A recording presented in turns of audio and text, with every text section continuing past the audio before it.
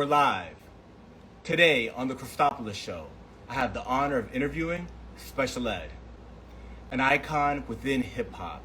He has classic songs such as Think About It, I Got It Made, The Magnificent, and The Mission. In addition to his long and storied music career, he also currently has several non-profit foundations. We're going to invite him in to talk about how he's giving back to the community and what he's working on. Peace.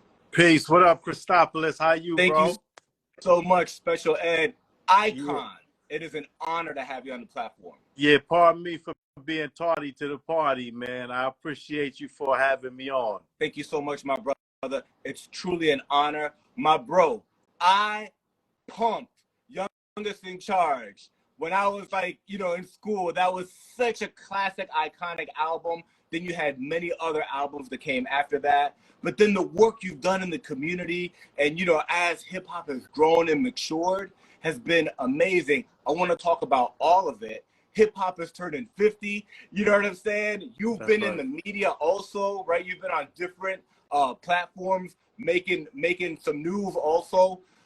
I'm not sure where you want to start, my brother, because we all know about your storied career. I've heard the stories about Howie T, your incredible career when you were 15 starting out with an album that is a classic album. But now you're giving back to the community. You have an organization called SEAL, right? Yeah. And it's the Special Ed Arts and Literacy Foundation. Why don't we start there? Can you talk to us about what you're doing right now with SEAL? Absolutely. Well, with SEAL, what I'm trying to do is undo what we've done to our youth. You feel me? Hip hop and rap has become one of the highest mortality rate professions out here. Like, it's as dangerous as being a law enforcement officer. It's as dangerous as being a firefighter. It's as dangerous as being a deep sea scuba diver. Yeah. Like, this is a high risk profession. So SEAL, what I'm trying to do is help to save lives. I'm trying to help to save the lives of our youth, pretty much. There are a lot of kids being born within the last maybe 20 to 20-something years that have not gotten the foundation of what hip hop is and was meant to be. And they got brought into where we at now, which is really kind of grim. We dealing with a lot of different subcultures and it's atrocities out here, man. It's a little bit crazy. We still love hip hop and we want to preserve it in some sense. We want it to be we want it to be respected and loved and back to bringing the unity, the love, unity, and having fun. Yeah. What I mean? We've lost all of those directives, and that's where we at right now. So we just trying to bring it back. Arts and literacy, we trying to make sure our kids are literate, they can function in society, they can speak well, they can operate on the level what I'm saying, that is necessary to succeed out here. So we trying to help these kids to succeed and give them a chance in life. Yes. Yeah. What's interesting is that hip hop has always had the street element. It's music that was born out of adversity, right? And it came from areas where there weren't resources, right? So that's kind of how hip hop started. But social media has been the game changer. Yeah. So now you got people beefing online and people doing things online that they wouldn't do in your face, and that can catch up with you. Yeah, well, what happens is social media has become the new hip hop. You don't even have to make records anymore. You can just jump online and, the floor is yours. It's all about shock value, clickbait, and all of that kind of stuff. So, see, when we did hip hop, we were the voice, and we were able to put our messages out there and be the voices of the people. Now, social media has just given anyone and everyone a voice, which is good to an extent, but we're not all as responsible as we would like to be. Yeah. It's about responsibility. It could be dangerous. Yeah, it can be dangerous. It's about responsibility at this point. So I would just like to say to everybody out there, man, be responsible and don't be reckless with your behavior. You know, you got kids out here watching, kids out here following you. Yeah. You know, we can't say that music doesn't influence people, because it does. Media does, not even just music. Social media does. You get on television, any media, commercial does. Why do you think they make commercials? Why do you Yeah. think they spend the money to make commercials? Yeah. Because it has a psychological influence on anyone and everyone, from children to adults.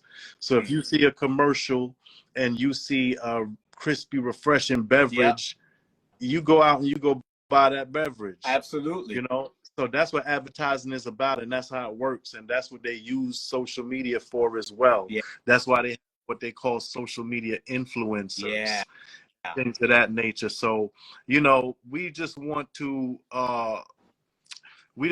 fix our psyche so that we're able to grasp what is happening to us, what is going on with us as a people, and where we need to be as a people. Yes. You understand? And you know, that's just where we at, man. And that's what I do with my organization. I go around to our communities that we live in, and where, you know, actually I go around to some of the worst communities, to be honest. Yeah. You know, and I visit the schools, I visit the children, I talk to them, I give them my journey, because my journey, you know, even professionally, started at 15. Yeah. And now I'm 51. So I tell them about where I'm from, the adversities and things that existed in my community, and how I overcame it, how I was able to make choices and decisions. You understand? And Absolutely. that's basically what it's about. And you can overcome any circumstance. You know, it's just about what's in your mind and how do you choose to operate and behave. That's nice, man. That's good. You're doing great work in the community. Now, if people wanted Seal to come to their event, to their school, how do they go about contacting you and the organization to have you come out and speak to students? Well, we have a website. It's called sealartsandliteracy.org. That's Seal, SEAL, arts and literacy.org. You can go to the website, contact us through there, and you know, put in your requests and donate. You can see what we're doing, where we are in with our journey, and you know, help as much as you can. We also do what we call the knowledge ciphers, and those are live broadcasts. They're like Zooms in the essence, but with topics, with discussions, with open discussions and forum. We do them on a lot of various topics, from businesses, you know, starting businesses, operating businesses, to things like mental health. Yeah. You know, we just had one recently on mental health, and you know, the mental health journeys of a lot of us and professionals within the mental health industry. So basically, we bring on professionals that are well versed in any specific area, and we invite the public to come to the table and participate, Q&A, ask questions. You know, you never know what's on someone else's mind. So we open the floor and we allow people to come on there and ask the questions that they want to ask and the things that apply to them. You know, so everyone's invited, everyone's included. We do all of this for free. There is no charge for it. It's just our way of giving back to the community by giving them information, valuable information that they may need, you know, and just ways of seeking peace. You know, this is all surrounded by stopping violence in our communities, stopping the killing, stopping, you know, just all sorts of behavior that ungodly and beneath our vibration. We need to vibrate higher as a people, period. Beneath what the dignity of a human should be. Right? Exactly. We have to hold ourselves to a certain standard and pursue that, and not let you know, not be pulled down, right? We do have a social responsibility, period, regardless of what anyone says. You know, believe that you are here to teach others, to pass on wisdom, to pass on knowledge and blessings unto others.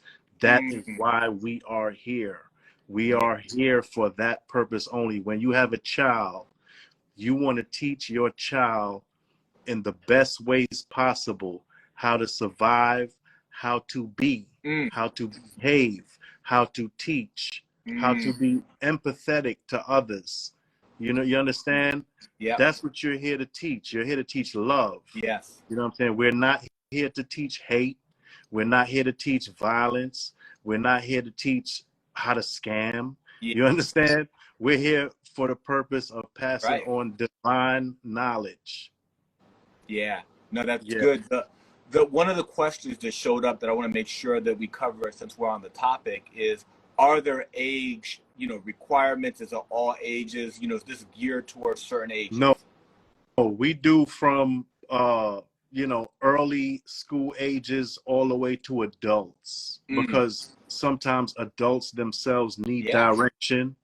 Adults have questions and concerns. Adults need information. So we go all the way from, you know, first and second grade, elementary school, all the way to adulthood.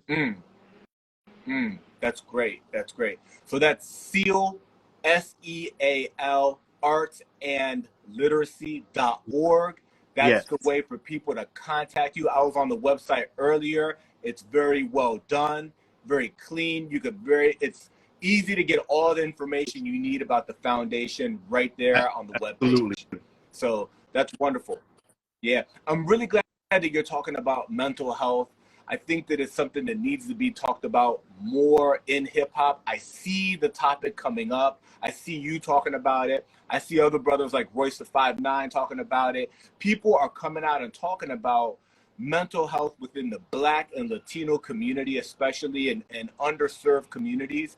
I think it's really important because it's really easy to get, you know, especially now I'm in California, I'm from DC originally. It's really easy to get your hands on cannabis products, on alcohol, all this stuff. But if you don't have the tools to deal with some of the anxiety that not only comes from life, but from the abuse of certain substances, right?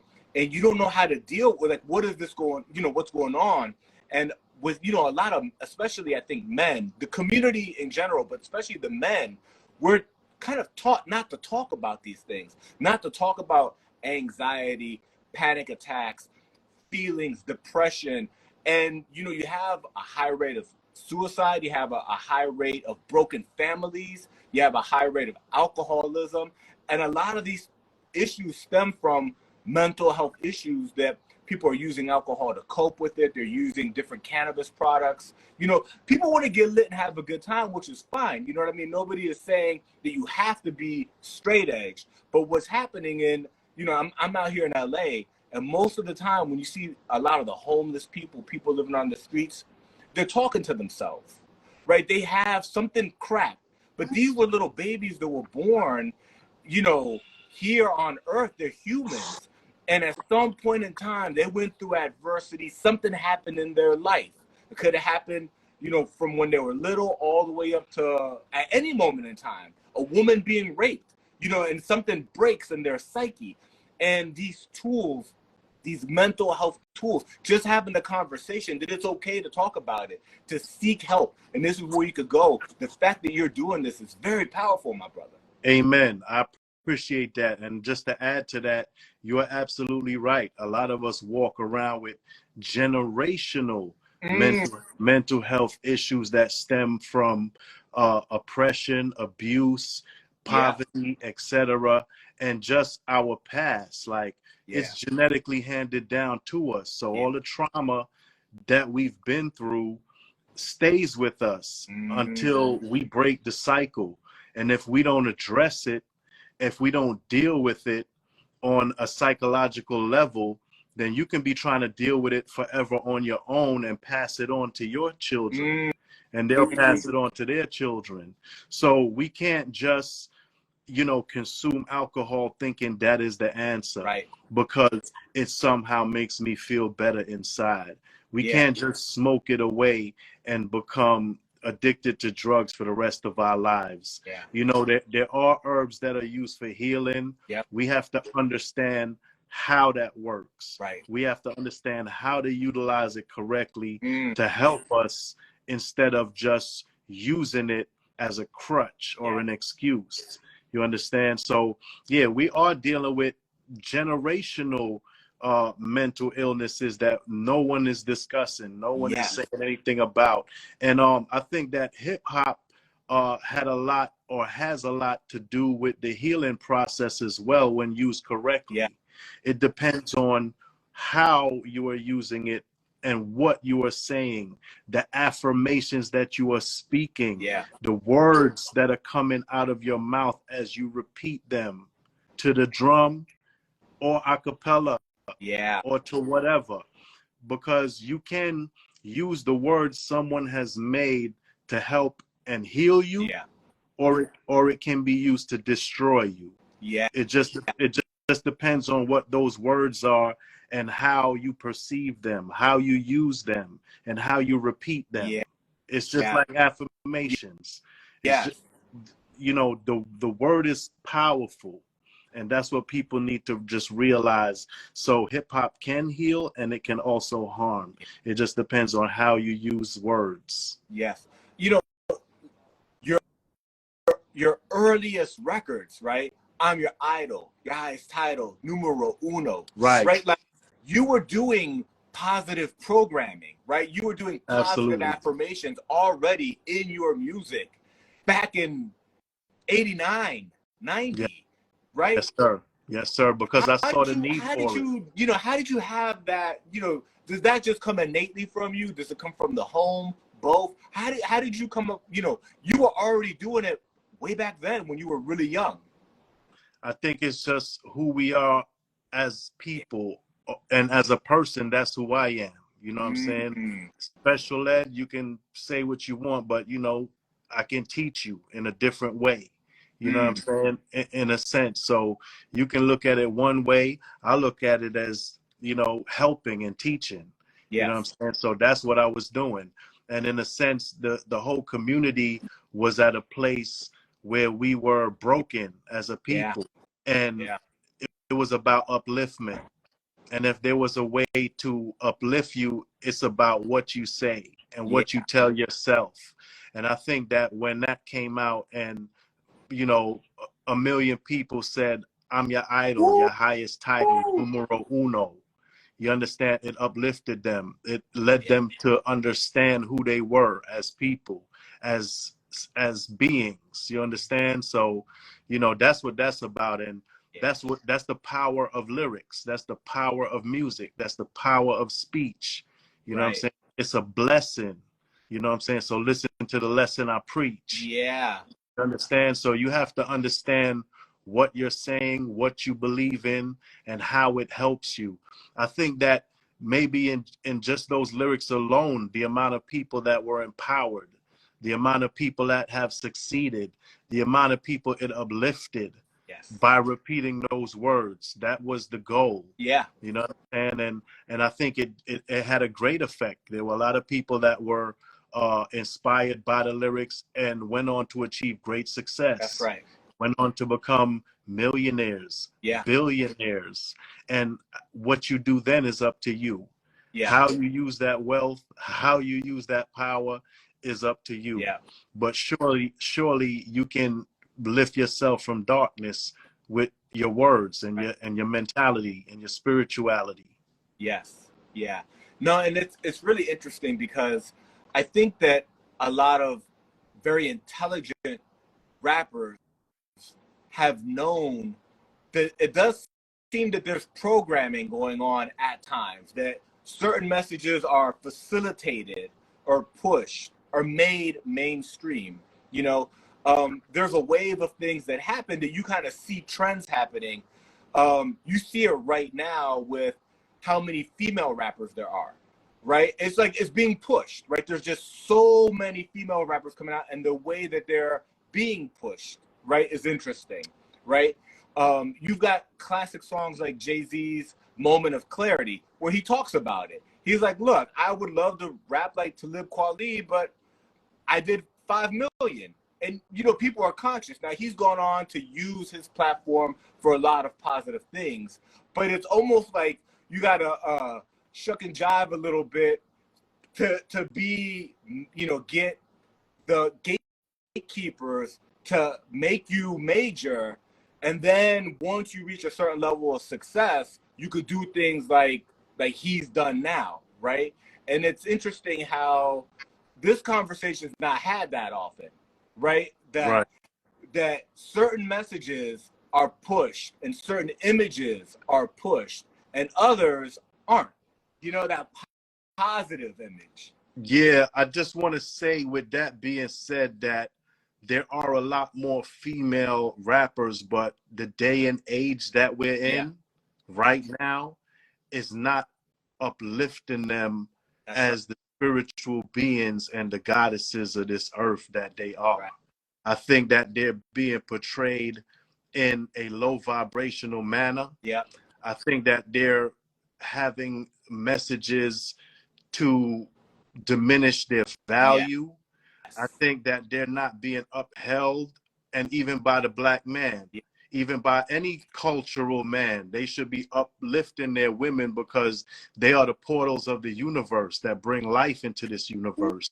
So for us to downgrade that, or for us to diminish their value or disrespect a woman and minimize them down to their ass shaking or their sexual conduct or misconduct, is you know, another abuse of power and message. Yeah. I think that women need to hold themselves at a higher just level of respect, period, and send that message. Make men respect you. Respect yourselves. Make other women respect you. And I think that you know, that's an important part of what's going on in hip hop. It's another part of this agenda is to demean and disrespect our women, and then we go out here in the street and think that we can demean and disrespect our women. And that has been once again a generational problem for us as a culture. And you know, I uplift my women, I honor them, and I hate to see them diminish their value in that way. I hate to see them carrying on in low vibrational ways, man. It's, you know, and when we were younger, we all glorified it. We thought it was funny. We thought it was cool.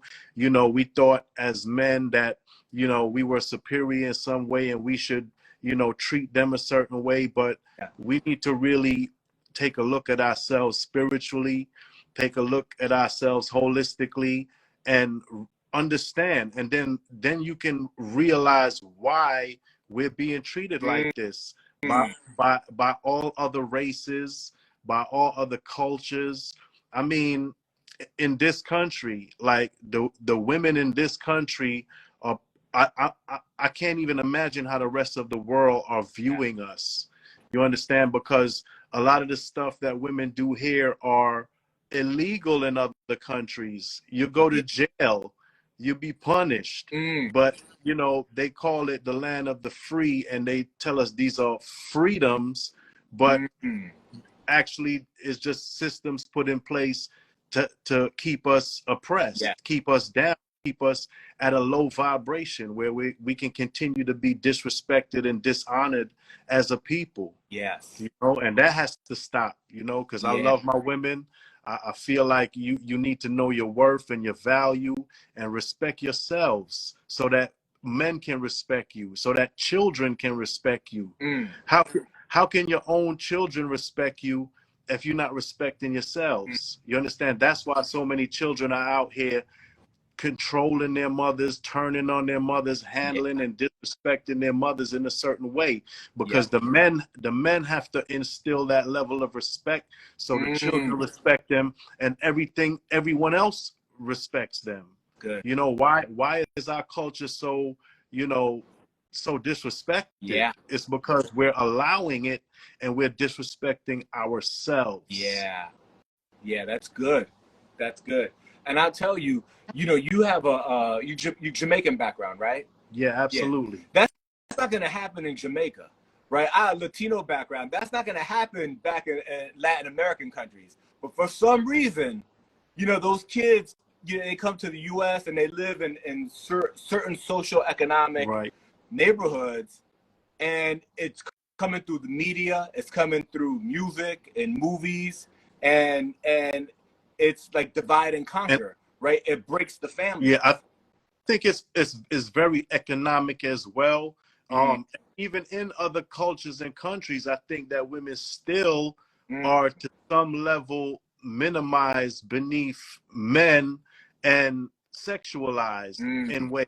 You know, they have the different dances in different That's cultures where true. women are still sexualized. So it may not be as bad, Mm, but it's something that we have to look at ourselves as a race of human beings and see why is it that we're operating in this manner? Why is it that we're not upholding the keepers of mm, life, mm. the women that bring us into this world? You Yeah. understand? That's one of the most highest spiritual beings on this planet. I Yeah. mean, how can you bring life through a portal and provide people with existence and then be disrespected at the same time Yeah. in the same breath? So, you know, we just got to look at ourselves, man. We just have to be able to be truthful and stop Mm, lying to ourselves. The point is, a lot of us still lie to ourselves. We lie to each yeah. other. You know, we're just in a society of lies, and Yeah. we need to start being about the truth and start with telling yourself the truth. Mm, You know what is wrong and you know what is right. So do what is right, tell yourself the truth, and tell the truth to others. And that's really about it, man. Like when you learn to live in the truth, yes. that's it. The Ooh, truth. There's only one truth. You understand? You could, it's 1,000 lies, but it's only one that's truth. good. And that's real. That is real. Special Ed dropping gems. We were talking about SEAL. This is his Arts and Literacy Foundation. You can go to SEAL, sealartsandliteracy.org to find out more. He goes to different schools. Will travel, correct? You're going to Philadelphia, Absolutely. Chicago, New York, everywhere. The same way that I do shows and travel to do shows, I travel to heal people. I travel Mm, to speak to children. You know what I'm saying? To give them some perspective and yeah, directives. You know what I'm saying? Give them another understanding of our culture and our people. I yeah, think people just need that because they can look on social media, they can look at music and get programmed one way, but if no one is giving them an alternate way of thinking or no one is telling them the truth, then they stuck with one thing. They stuck with one message. So I go out there just to tell them, look, you can be successful. You can be famous. You know, that's my message to them. Is like, you don't have to die to be famous. yeah, That's not what this is about. You know, it's not about flashing money, showing off, yeah, bragging, you know, and I myself have, you know, I've been rapping, I've been in the braggadocious rap scene and, you know, been about that. But this is me changing yeah, changing that. yeah. So, you know, at the end of the day, I'm not competing. I'm not here to put out another album. I'm Mm, not here to make a record. I'm not selling anything. I mean, other than y'all want to get some t-shirts to support the yeah, foundation right. so that I can go out here and help your children Yeah, survive in this war, that's then right. yeah, that's what I'm Yeah. selling. Otherwise, this is not about music. You know, Mm, this is not about me trying to sell an album because I'm yeah, not. I have music that I won't release. It's not about music no more. This is about our people and our survival. right, This is about the survival of your children. right. You understand? So that's what I'm on. That's my whole Yeah, mission. I'm on a yeah. mission for Yeah, real. you are. Yeah, you Yeah. are. And you know what's interesting, right? As a incredibly successful individual, right? That's what you are, who had great success in music. at a young age, and then multiple albums. You've worked with a who's who. Everybody that's been in hip hop basically, for the last several decades. You've met so many people, right? Picture of you that you put up with Tupac. There's pictures of you with everybody. You've been around I hip hop. lived it.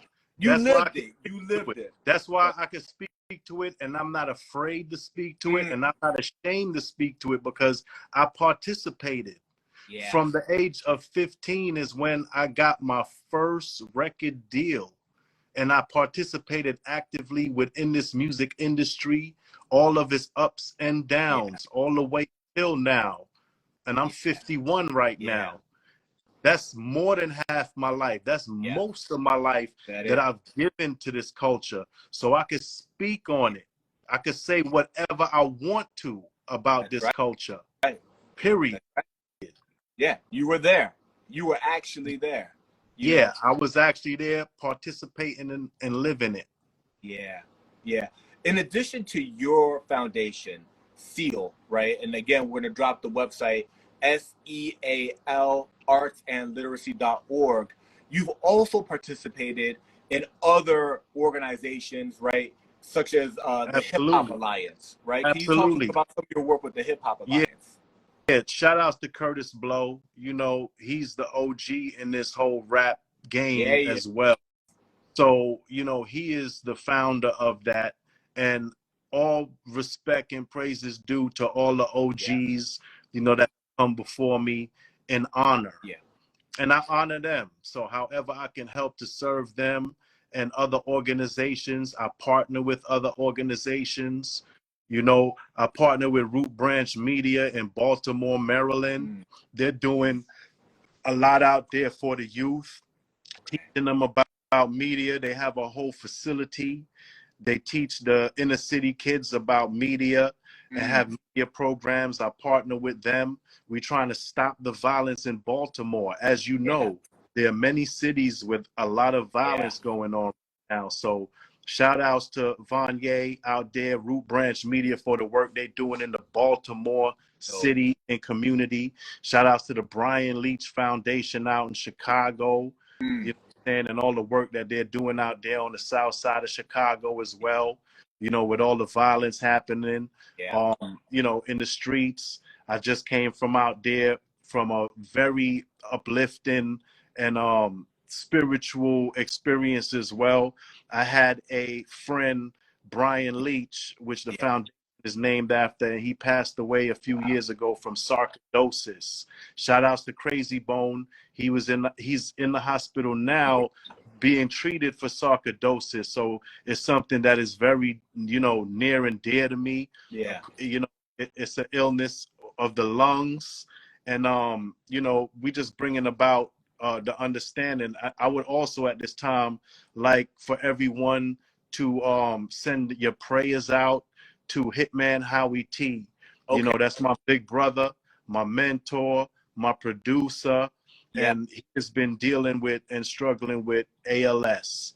What I'm saying? And that is a very serious condition. And if you don't know about it, please look about it. But I'm just trying to bring some awareness that, not everybody is just out here running around, like it's la, la, la.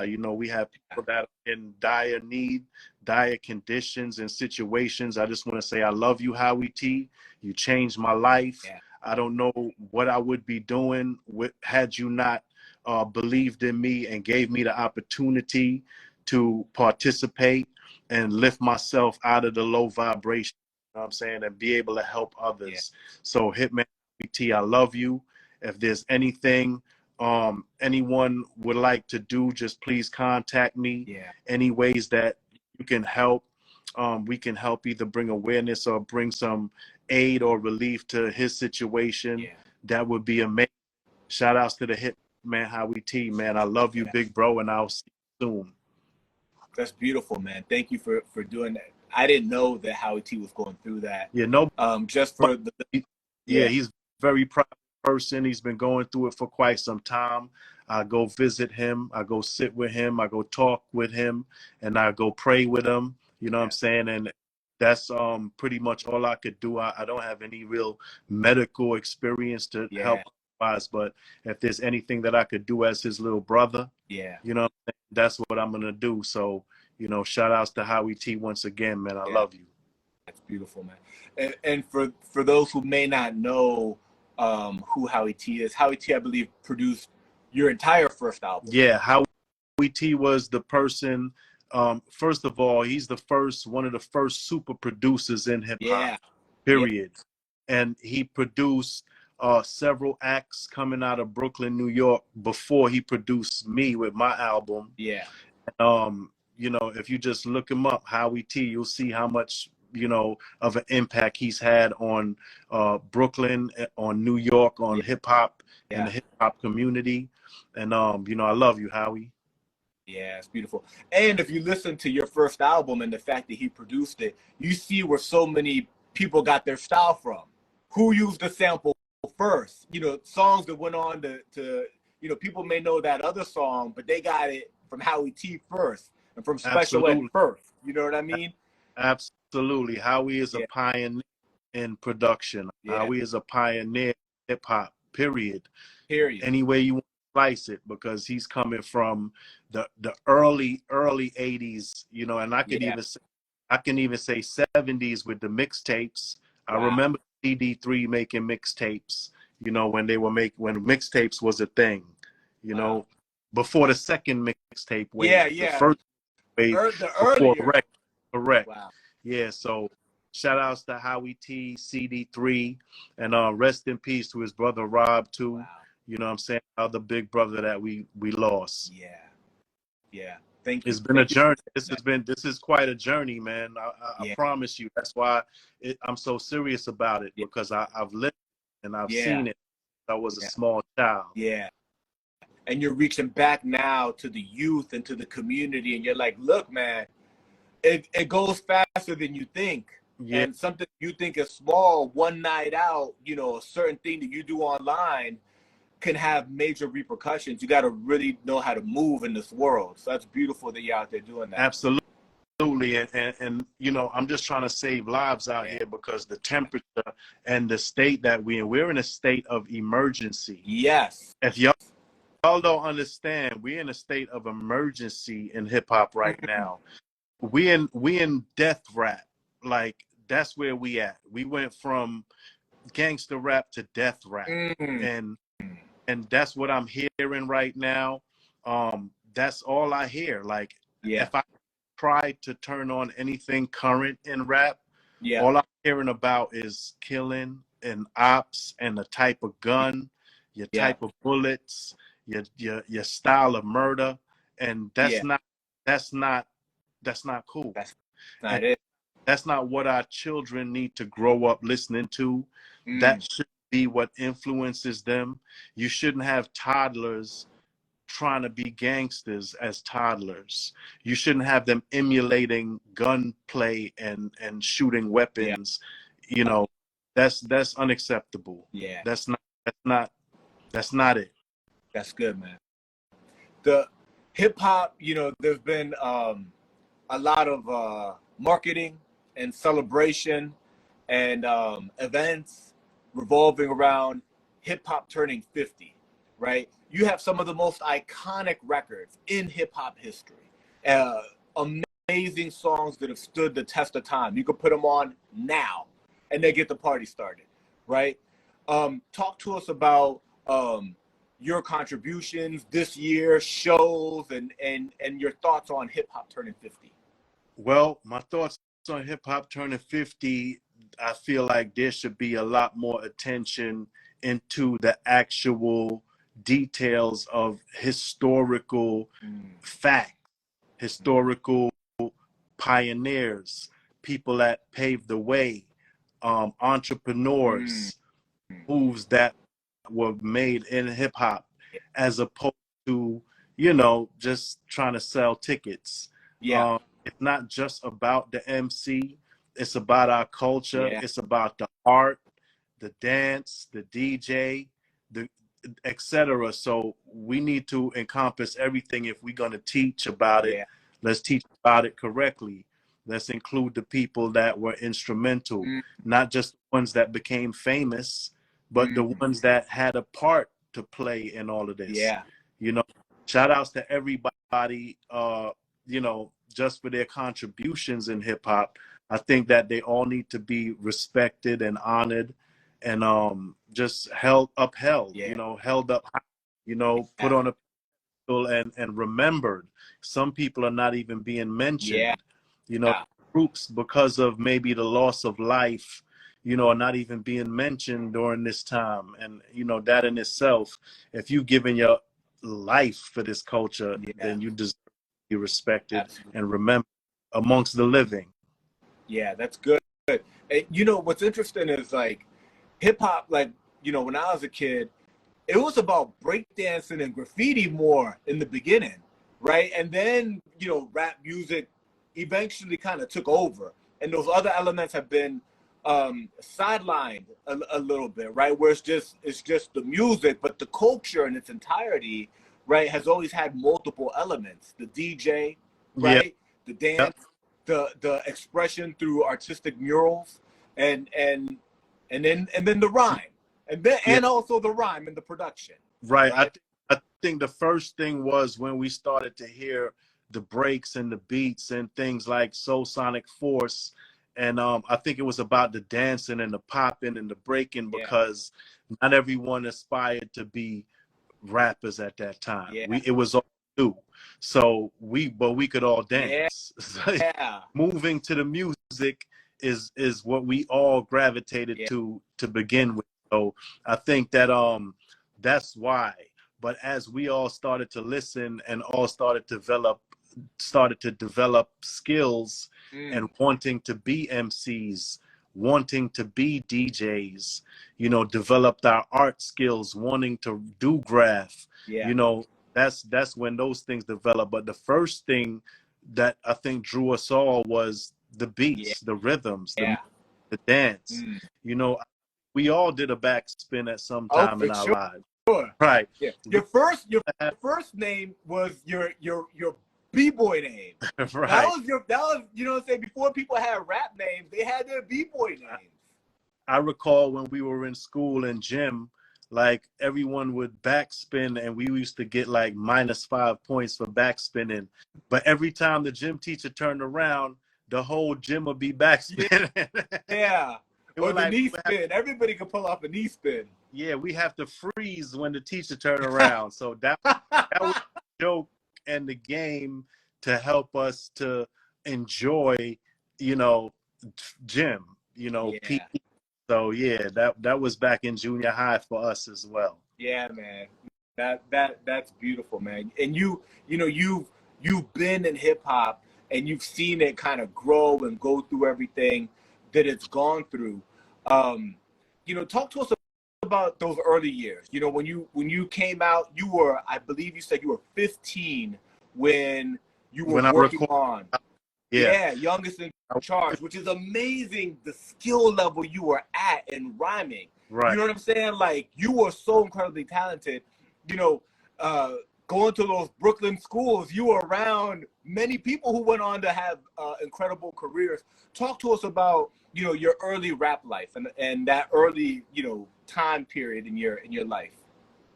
Well, it was just the skills that we developed Mm. loving the art form. So I started to write. You know, I was good at poetry and it turned into rap. Rap is pretty much kind of like limericks with beats. So Yeah. yeah, so I started doing that and I developed my skill in junior high to a point where I was confident, I was, you know, witty, I was able to put words together Yeah. and I was able to be a good MC, Yeah. challenge other MCs Mm. and fail and be good at it. So that's how that started. And, you know, it just went on until, you know, I became a force to be reckoned with in the hood in Yeah. Flatbush, Brooklyn. You know, Rampage, you know, used to live down the street from me, and Shout out Rampage. him and Chris, God bless the dead, they was a team. It was a 2-man rap squad. They was Wow. just year or two younger than me, but they used to always run up on me every time they see me wanting to battle because I'm the guy to get at. You know what I'm saying? If you could battle against me, then you had a little something. You had a little something there. You had some clout. And shout out to is that Chris Lighty? Boy Scout. Yeah, that's my guy right there. That's my little bro, man, forever. We came up in this rap thing together, and he kind of like, we inspired each other. They always kept me on my toes, and that's important. You know what I'm saying? They always kept me on my toes, man. Shout out everybody from Flatbush and Crown Heights and everywhere else that I walked around the streets and battled and had good, friendly competition. It was healthy. It's us fighting each other, shooting each other, stabbing each other. We rapped against each other. Yeah. The others that popped and did breakdancing, the same. Right. They battled against each other. Right. And that was a big part of hip hop in curbing violence, is that we were able to compete respectfully against each other. Whereas before that, it would be beef, serious beef. Fight, end up getting hurt or worse. Yeah. So hip hop is what stopped us from really negative behaviors. Yeah. And got us into skilled behaviors. Yeah. Dancing, rapping, even graffiti was you battle against somebody's tags. You know what I'm saying? That's right. Battle against each other, DJing musically. So that gave us a healthy outlet to compete without the hatred, because you battle whether you lose or win, you both celebrated. The loser celebrated too, because guess what, they was dope, but this man might have just been better. You understand? Right. And that's nothing, because you could always come back another day and battle again. And that's good, man. That was the love in it. That was the respect in it. That was the higher vibration in hip hop. Yeah, it's good. It's like hip hop was the original. It was born out of a stop the violence type of culture. Absolutely. Right? Instead of in the Bronx where you had all of these crews and the Bronx was burned down and the crews were running amok, hip hop came and created something that they could compete against each other. Right, without killing each other. Yeah. In the same place at the same time, without banging, without and destroying each other. And that's where it started. That's where it was about breakdancing against each other, popping, locking against each other, rapping against each other, DJing against each other. You understand? So that's what it was, because these crews were gangs. They were set. They were bonded, tightly knitted groups from different neighborhoods, from different areas. So, we were familiar. We've been there and done that. You understand? So that hip hop was born to unite us in peace and harmony instead of the other way around. That's right. In the early 90s, out here on the West Coast, there was the We're All in the Same Gang movement. And then on the East Coast, you had the Stop the Violence, right, campaigns. That Stop the Violence campaign is back, right? I believe they're pushing the Stop the Violence out on the East Coast a bit, right? Yeah, everybody is really adamant about stopping the violence right now. Period. That's just what it boils down to, because we are in a state of emergency. Period. You pick a state that has minorities in it. The murder rates are going crazy. Children are picking up firearms against children. Wow. Crazy. Stop. That's where we at right now. So that's what we're trying to stop. They don't know how to have a discussion, a debate. They don't know how to use their words anymore. The first option that they're going to is violence. The first option that they're going to is to pick up a gun, pick up a knife, fight, jump somebody, hurt somebody. that's not what we want as parents, as adults, as elders. That's not what we want. You understand? So that's what we're trying to stop right now. So everywhere in the country right now, and in the world for that matter, but concerning our culture and our youth, we definitely want them to stop. Yes. Stop. That's good. And, you know, we were talking about the trajectory of your career, and you used the word elder, and it makes me feel that where you're at today as an icon in this culture is that of an elder statesman. Like, look, I've been there. I've seen all that. I've had the fame. I've had the hit records. And where I'm at today is giving back to the community. And trust me when I tell you, this is not good, y'all. We need to do something about this. It can get worse before it gets better if we don't take control of the situation. We remember what happened back in the day with East Coast, West Coast, and how that got out of control. It's like we need to get all this stuff under control in our neighborhoods, in our communities. I think we're at worst right now. Wow. I mean, it can't get any worse when you have teenagers killing each other, kids killing each other, prevalent, like every, you name a city. Let's talk about it. We go from Florida, we go to Memphis, we go to Atlanta, we talk in Baltimore, New York, Virginia, the Carolinas, Chicago, Detroit, Texas, Houston, Dallas, and California, all over California. So the from East Coast to West Coast, South, Midwest, all over. We have places you used to not hear about, like Portland and Seattle. Absolutely. Kansas City, St. Louis, you name it. Anywhere that we exist and we live in, we in a state of emergency. We are in a state of emergency right now. And there's a need for dialogue. There's a need for elders to step in. There's a need for parents to begin parenting. Please. So that's where we at right now, and that's what the message is. At least that's what my message is. I don't want to see any more children killing each other.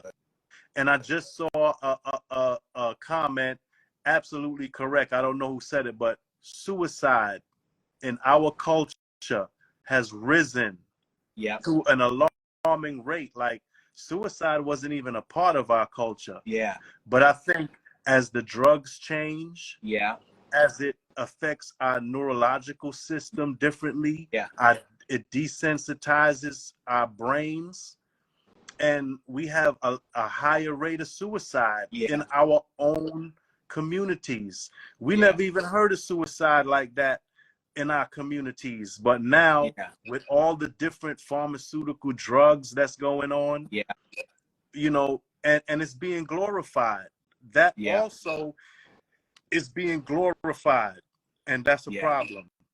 I mean, it went from glorifying people selling drugs to glorifying people using drugs.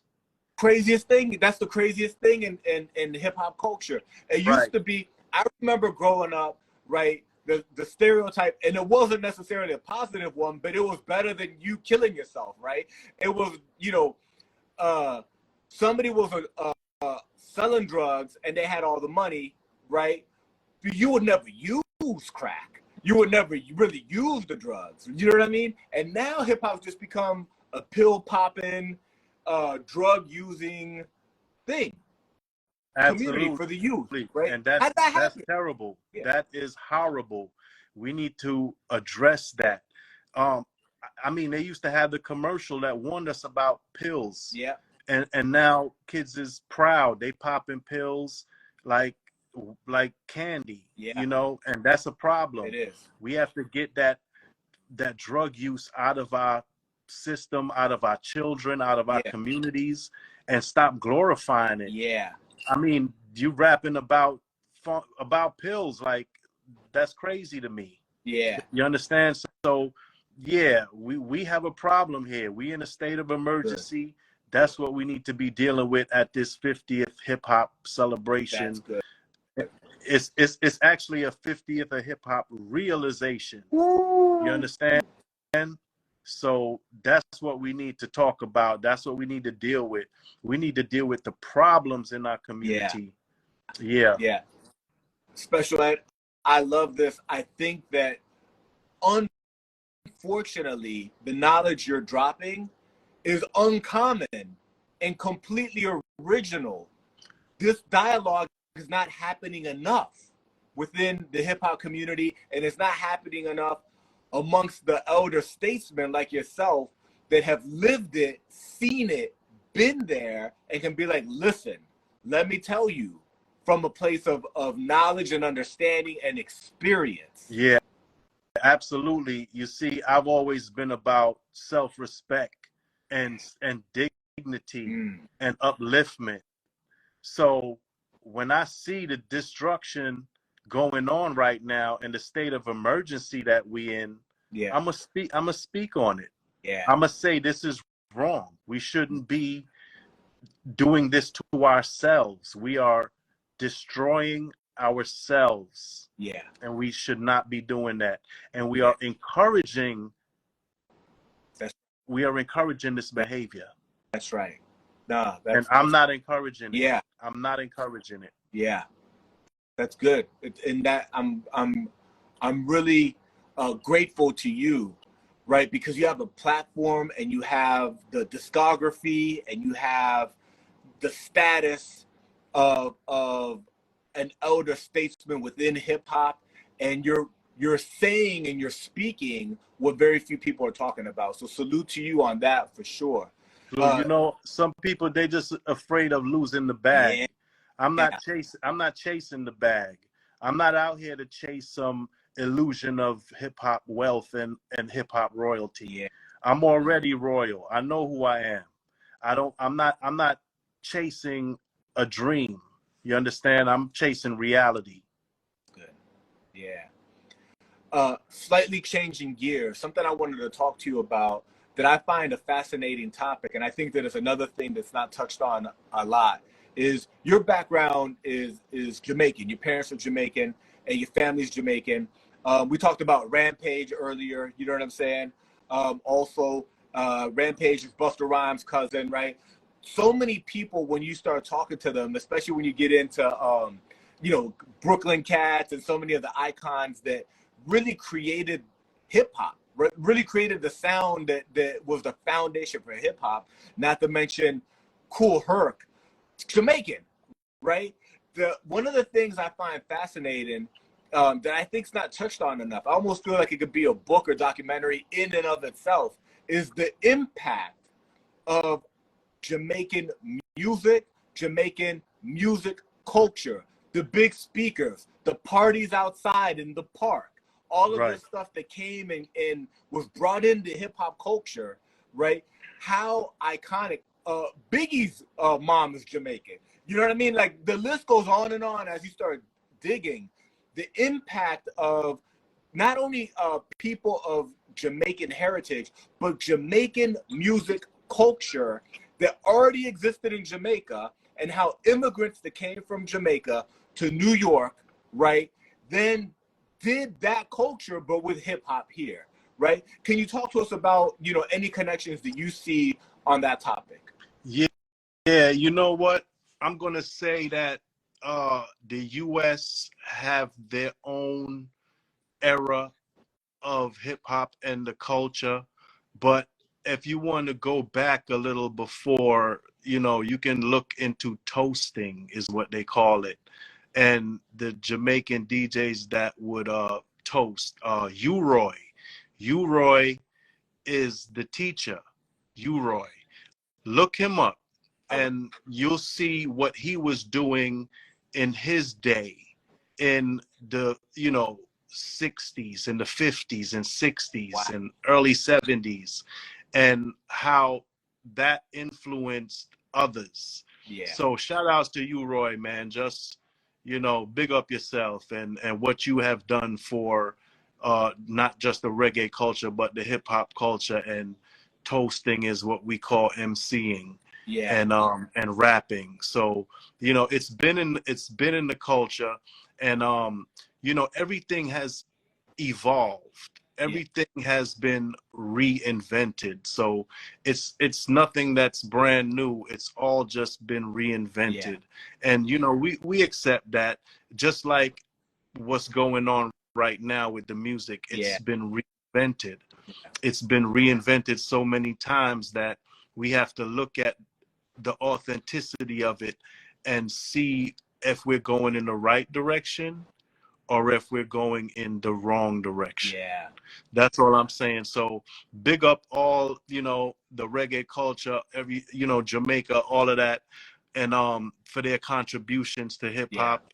And their dancehall culture is international as Yeah. is. Yeah. So, you know, and Bob Marley was an international icon as is. Yes. So I would just like to say, you know, big up to everybody for their Yes. contributions and their continuous contributions and the evolution of our culture. Yeah. Yeah. It's good. You know, in addition to your music, right? You've been an entrepreneur. You've had multiple studios, right? And you've helped many artists. You've been a producer. You've done production for many people. Can you talk to us a bit about studios you've owned, people that you've worked with as a producer, and artists that you're helping out now?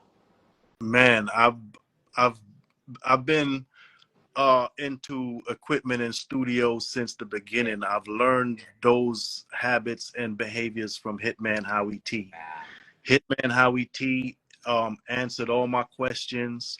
I learned how to produce from him by watching him, by asking questions, by observing and learning. He taught me hands-on, like how to sample, how to wow. sequence, how to sync MIDI, SMPTE, everything, using from tape to the digital age. Wow. And I just passed on, man. It's each one teach one. Mm. I just displayed the same behaviors that I was blessed with, like how he blessed me, and I bless others, and I hope that others go on to bless others. Man, we have to, and that's what it's about. You know, shout outs to the Dollar Cab Lab. I Yeah. had a very prominent studio in Brooklyn, New York, on Utica Ave, Dollar Cab Lab, and we named it the Dollar Cab based on the dollar cabs that would pass by the studio. Yeah. So it only $1 to come to the studio. Yeah. You You know, can get there. You can make yeah. it there. And lots of artists came through there. You know, I want to shout out the whole Duck Down. They were very instrumental in our growth and our Yeah. success. You know, Buckshot, Yeah. OGC, Helter Skelter, rest in peace to Sean Price, just Smith and Wesson, you know, even Buster used to come through. Wow. Everybody used to come through, just even on the pass through. Even if they Yeah. didn't record, they would just come hang out. We recorded there with Biggie, Junior Wow. Mafia. Wow. We recorded there with Tupac. You know, we just worked with a lot of people, man. Rest in peace to Sluggy Ranks. Wow. You know, yeah, he used to come work out there. Shout outs to everybody that I've worked with, man. Just, you know, Sizzler Kalungi, you know what I'm saying? Boom! Big up to Sizzler, Yeah. man. That's my brother. Yeah, so just in general, man, there's so many artists that I could sit here and name that have come to the studio to work. But once again, it was me displaying the behaviors that I learned from Yeah. Hitman Howie T, from, you know, the teachings that he instilled in me and the love that he gave me and showed me how to be. You know, he showed me how to be, and he himself is from an English and Jamaican Wow. background as well. Wow. So, you know, I was just passing on the love that I was given, and that's how it works. If you show a child love, chances are they're gonna grow up in love and show love to Right. someone else. Yeah. You know what I mean? And I have an artist now, City the Great, Yeah. you know, and I brought him from, you know, where he was to understanding the business, Yeah. taught him how to be independent, taught him how to choose the records wisely, Yeah. you know, taught him how to promote and market himself, use the internet, monetize, and you know, he's doing very well. He has some successful singles. So, He's charted. yeah, He's had some, yeah, he's had some records that have charted, so just on his own. that's And good. that's the empowerment. That's what we believe in. That's what I Yeah, believe in. I believe in giving someone the tools instead of trying to control them, you know, yeah. because I've been there. You know, I've been through that whole control thing, and that's Yeah. not the business. You have those old contracts when they were trying to take everything from the artist. Absolutely. So now I'm just giving everything back, man. I'm Mm. giving empowering the people, empowering the artists, and teaching them how to. You know what I'm saying? And with that being said, you know, it just goes on. So, and I know he's passing it on, and I know he's giving those jewels out to newer artists and those coming up under him. Yeah. So, you know, that's really what it's all about, man. Shout outs to Hitman Howie T, man. I love you, Yeah. bro. That's good, man. The You know, in addition to your production and recording studios and all the artists that you've helped, you've also organized shows and worked as a booking agent for a couple decades now. Can you talk to us about that experience, how you got into that game, and shows you got coming up? Yeah, well, I got into that game by just observing others do it. You know, I Yeah. observed like Prince and Uncle Luke, you know, Wow. two specifically that I knew to be successful artists, but they turn around and book other artists, Yeah. you know. But they booked Um, you, right? yeah, they booked me. So, you know, just seeing that showed me that, hey, I could do that too and help others and bring opportunity to Yeah. others. And then it came a time when promoters that would do shows would be like, well, yo, you think you could holler at such and such?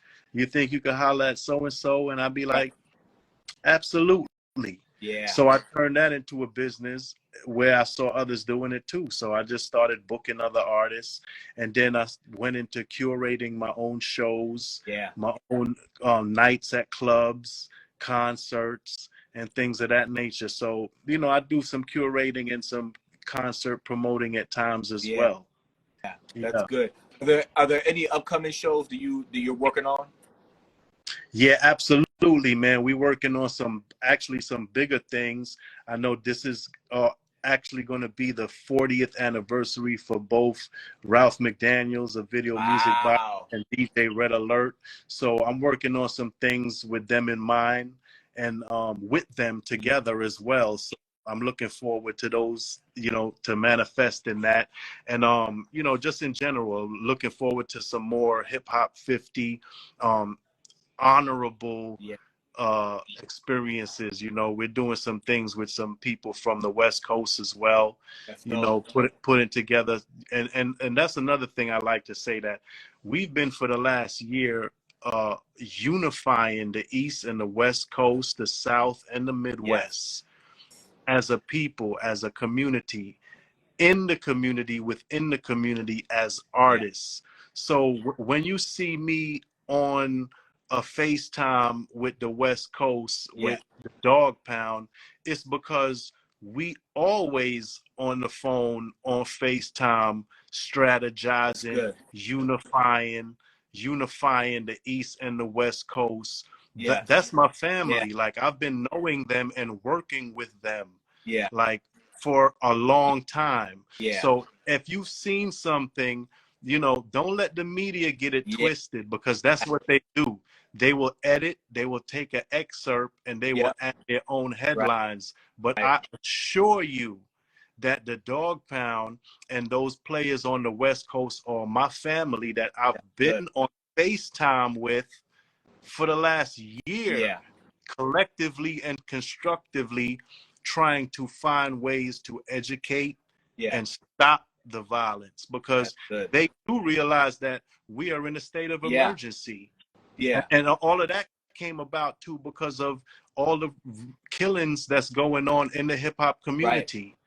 You know, so basically, shout outs to the Dog Pound, Yes. shout outs to Daz and Yeah. Corrupt, Big Yes. A, you know, everybody out there on that side, RBX. I've Yeah. been on the phone, I've been on FaceTime with many of them Yeah. for the whole that has just passed. So Yeah. it's not a one time, It's not a one-time thing. And recorded songs. What up? That's Action Love. Shout outs to DJ Action Love, man. Shout out Me and Action Love has been my partner in rhyme and my partner in this music since the 8th grade. Ooh. Since the 8th grade. And we have worked with all of them. I've had Dog Pound on my albums. Yeah. You know what I'm saying? I've had Snoop on albums. We've been working cross-collaborating with artists for decades. Yeah. So, you know, we want to just say once again, don't let media control the narrative. Don't let media slap a headline on a clip. You have to understand the context of what I'm about, what I'm doing, and what my trajectory is, where I'm headed. I'm all about this piece. You'll never hear me going back and forth with nobody. That's right. I'm not feeding into no media frenzy. This is not for clickbait. I don't care about likes. I don't care who like me. You understand? You Because already did it. Right. You My already truth did it. is my You know truth. what I'm saying? My truth is my truth. You already did it. Right. So at the end of the day, the path I'm on is my path. You know what I'm saying? That's the path I'm on. And everybody is on that path with me. You know what I'm saying? They are on the path with me. So shout outs to the West Coast. Shout outs to the Midwest. I just came from Chicago. Nice. We out there trying to get these youth to listen, trying to get them to love one another, and trying to get them to stop killing, put the guns down. You understand? We from the East Coast to the South. You understand? I've lived in all of these areas. I've lived in the South. I've lived everywhere. Period. Like I've actually been a tax-paying citizen in all of these places. I've lived in LA. I've lived in Florida. I've lived in the Carolinas. I've lived in New York. Like I've lived all over this country. Through home ownership and through paying taxes. Absolutely. You understand? So, you know, we out here for that, man. That's what it's about. SEAL, Special Ed Arts and Literacy, SEALartsandliteracy.org. Yeah. You know what I'm saying? This ain't about a record. I'm not putting out no record. This is about your children. I'm trying to save your children. Okay? That's all right. Man. That's good. No, and thank you for mentioning the Dog Pound and the West Coast thing. I think it's really important to draw attention to the fact that for whatever reason, whether it's bloggers or bigger media, you know, they are in that clickbait game. And they'll take a snippet of something, throw a title on it, and post it on YouTube or on different social media. Right. People without having context or even understanding anything. They don't even understand nothing about nothing. Right? They'll just. I had a whole 2-hour conversation about my organization, about all the positivity that's going on, and I stated a historical fact and the state of emergency that we're in, and that's what they took and ran off with. Of course. And so we're not gonna feed into that. I don't respond to that.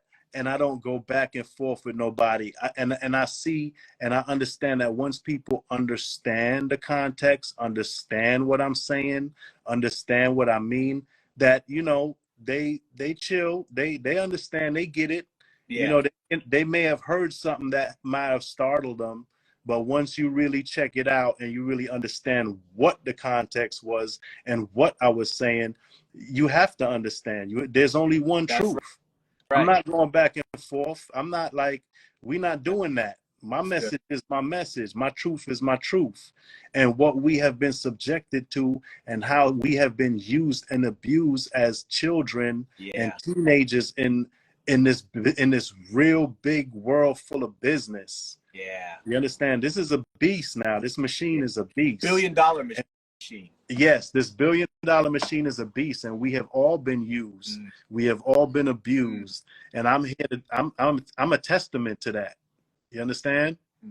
That's good, man. That's good. Yeah, my brother. I want to make sure, you know, because we talked about it at the very beginning of this interview, and as we start to wrap up, I want to make sure the people that are coming in now have your organization. Special Ed is known to many people for his iconic records. You know what I'm saying? I was bumping early albums today, you know, listening to all those classic jams. But right now, Special Ed is focused on his foundation, which is SEAL, SEAL, the Special Ed Arts and Literacy Foundation.